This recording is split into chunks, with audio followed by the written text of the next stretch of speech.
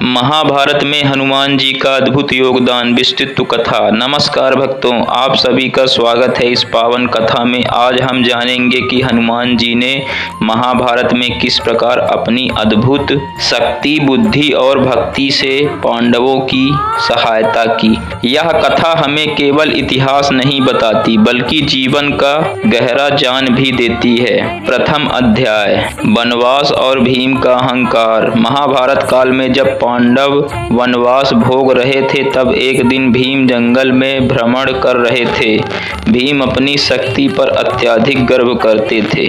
उनके मन में यह भावना थी कि संसार में उनसे अधिक बलशाली कोई नहीं। चलते चलते उन्हें रास्ते में एक वृद्ध वानर दिखाई दिया जो अपनी पूंछ फैलाकर लेटा हुआ था। भीम ने क्रोधित होकर कहा, हे वानर, अपनी पूंछ हटाओ, मुझे आगे जाना है। वानर ने शांत स्वर में कहा, मैं बहुत वृद्ध हूँ, तुम स्वयं ही मेरी पूंछ हटाकर निकल जाओ। भीम हंस पड़े। उन्हें लगा यह बहुत सरल कार्य है, लेकिन जैसे ही उन्होंने पूंछ उठाने की कोशिश की, उनकी पूरी शक्ति व्यर्थ हो गई। उन्होंने फिर पूरी ताकत लगाई, लेकिन पूंछ हिल भी नहीं रही थी। हनुमान जी का प्रकट होना। अब भीम को अपनी गलती का एहसास हुआ। उन्होंने विनम्र होकर पूछा, हे प्रभु, आप कौन हैं? तब वह वानर विशाल रूप में प्रकट हुए। वह कोई और नहीं, स्वयं हनुमान थे। भीम आश्चर्यचकित रह गए। उन्होंने तुरंत उनके चरणों में प्रणाम किया। हनुमान जी ने मुस्कुराते हुए कहा, भीम, तुम अपनी बलवान हो लेकिन अहंकार से भरे हुए हो। भीम, तुम बलवान हो लेकिन अहंकार से भरे हुए हो। भाई का मिलन, वायुपुत्र।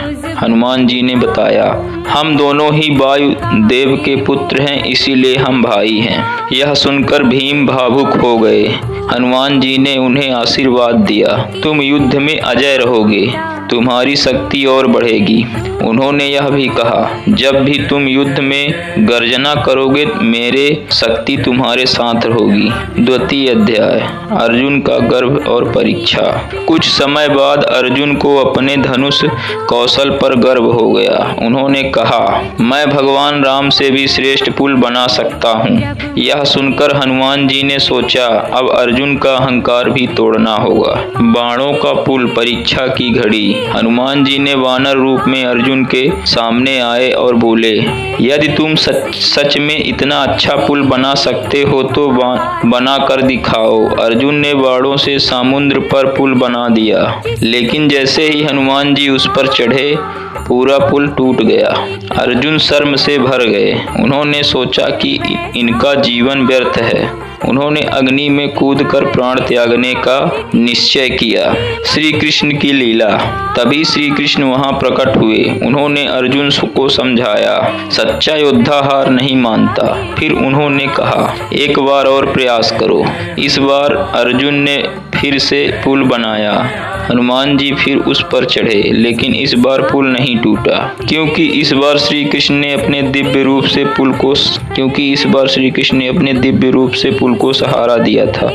हनुमान जी यह देखकर प्रसन्न हुए। हनुमान जी के वचन। हनुमान जी ने अर्जुन से कहा, तुम्हारी शक्ति और प्रयास से मैं प्रसन्न हूँ। उन्होंने वचन दिया, मैं तुम्हारे रथ के ध्वज पर रहूंगा, तुम्हारी रक्षा करूंगा। तृतीय अध्याय, कुरुक्षेत्र युद्ध। जब महाभारत युद्ध शुरू हुआ तब अर्जुन के रथ पर हनुमान जी विराजमान थे। उस ध्वज को कपिध्वज कहा गया। युद्ध के दौरान जब भी संकट आता है, हनुमान जी जोर से गर्जना करते हैं। उनकी आवाज से शत्रु भयभीत हो जाते थे। उनके कारण अर्जुन का मनोबल हमेशा ऊंचा बना रहा। रथ का रहस्य। युद्ध समाप्त होने के बाद एक अद्भुत घटना हुई। श्री कृष्ण ने अर्जुन से कहा, पहले तुम रथ से उतर जाओ। जैसे ही अर्जुन उतरे, श्री कृष्ण भी रथ से उतरे।